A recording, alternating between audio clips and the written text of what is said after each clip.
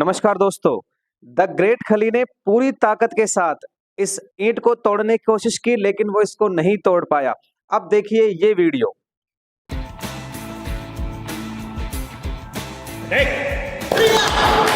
तो देखा आपने, इस पतले और कमजोर आदमी ने साइंस की मदद से इस ईंट को आसानी से तोड़ दिया। तो आज समझते हैं कि क्या ग्रेट खली ने साइंस नहीं लगाई थी और उस साइंस का प्रयोग किया इस व्यक्ति ने, जो इस ईंट को आसानी से तोड़ पाया। देखो दोस्तों, ये जो कमजोर आदमी था, ये कराटे का खिलाड़ी था और ये साइंस को अच्छी तरह समझता था।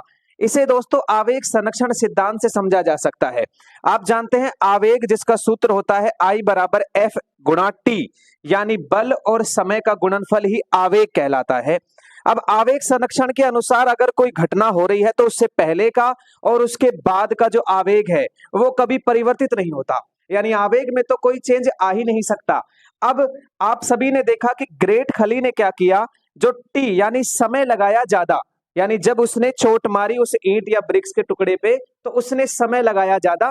अब समय ज्यादा लगने की वजह से उसके द्वारा जो ईंट पर फोर्स लगाया जा रहा था वो फोर्स हो गया कम, और इसी वजह से वो ईंट नहीं टूट पाई और ग्रेट खली ने हमें चकमा देकर ईंट को शायद बदल दिया था।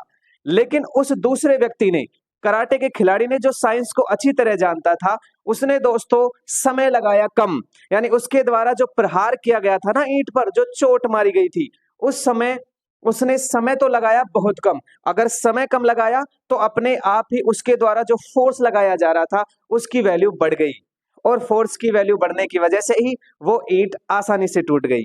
तो ये सभी संभव हुआ किसकी वजह से? आवेग संरक्षण की वजह से। तो ऐसे ही शानदार फैक्ट साइंस के जानना चाहते तो हमारे चैनल को अभी सब्सक्राइब करें। धन्यवाद।